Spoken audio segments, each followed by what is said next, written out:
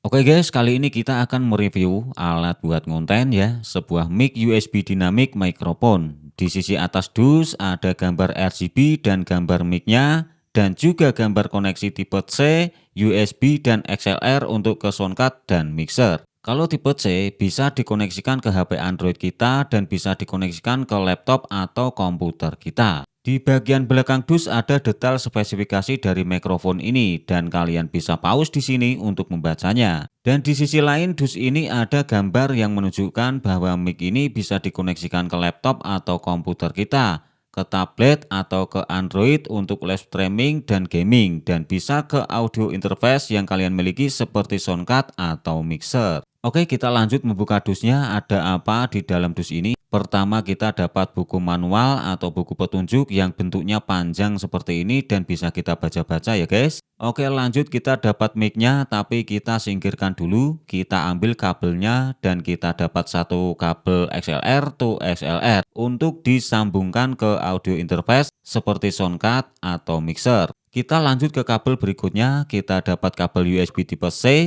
dan ujung sebelahnya USB tipe A, tapi kita dapat konverter USB A ke USB C supaya bisa digunakan di tablet atau Android. Jadi mic ini bisa plug and play ke Android ya guys. Kita lanjut lagi dan kita dapat stand mic bawaan dan bahannya terbuat dari plastik padat. Di bawahnya ada busa hitam padat juga. Terus bautnya ini kalau nggak salah ukurannya itu 3/5 ya guys. Lanjut lagi tapi dusnya udah kosong nih.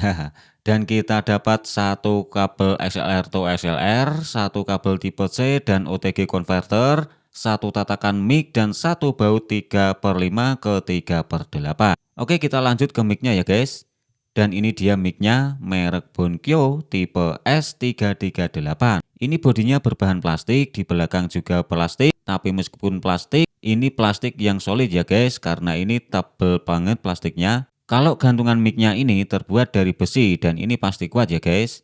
Uliran kanan kiri juga terbuat dari plastik ya guys. Ya namanya kelas budget, pasti bahan dari pabrikannya itu sudah disesuaikan ya toh. Oke, kita lanjut lagi ke bagian belakang mic ini. Ada lubang tipe C, terus lubang XLR dan juga lubang jack 3,5 mm untuk kita pakai buat monitoring pakai headset. Dan ini ada gain mic yang diputer dan ini merangkap sebagai volume monitor juga. Oh ya, ini udah aku tempel stiker hitam biar nggak keputar-putar lagi. Soalnya kan sudah aku pakai ini micnya. Dan sudah aku sesuaikan dengan kebutuhan dan kenyamananku dalam penggunaan mic ini untuk merekam suara yang sudah kalian dengar sejak awal video sampai detik ini ya guys. Kita lanjut mencoba memasang bautnya biar bisa kita pasang ke tatakan mic-nya. Jadi baut ini terbuat dari plastik ya guys. Kalau saranku jangan sering-sering kalian lepas pasang karena bisa membuat dratnya cepat rusak. Jadi seperti ini penampakannya kalau sudah terpasang dengan tatakan mic-nya. Terlihat pendek ya guys, dan menurutku ini terlalu pendek. Sepertinya aku nggak akan pakai tatakan ini ya, karena aku udah ada boom arm yang lebih sesuai dengan kebutuhan penggunaanku ya guys. Dan seperti ini kalau sudah aku pasangkan di boom arm, dan meskipun semuanya kelas budget, yang penting bisa ngonten. Soalnya kan aku masih pemula, jadi belum berani kalau beli yang mahal-mahal ya guys. Oke, kita lanjut lagi ke pemasangan kabelnya. Yang ini kita tancapkan ke HP kita dan yang ujung satunya kita tancapkan ke mic ini. Oke, coba kita pasangkan ke mic-nya dulu ya guys. Dan ini sudah terpasang dengan benar. Kita lanjut tancapkan lagi yang ke Android kita. Kalau sudah terkoneksi dengan Android, lampu RGB-nya akan menyala seperti ini. Dan ini berarti mic sudah siap digunakan ya guys. Untuk lampu RGB-nya ini warnanya berubah-ubah sendiri dan nggak bisa dimatikan ataupun dirubah mode nyalanya. Dan ini ada tombol, ya bukan tombol sih, karena ini hanya bisa disentuh saja dan tidak bisa ditekan ya guys. Dan kalau kita sentuh seperti ini, lampu RGB akan mati dan mic akan menjadi mode mute. Jadi tidak akan ada suara yang masuk. Dan kalau kalian koneksikan mic ini dengan kabel XLR ke soundcard atau mixer, maka lampu RGB tidak akan berfungsi dan knob gain juga tidak akan berfungsi karena sudah diambil alih fungsinya oleh soundcard.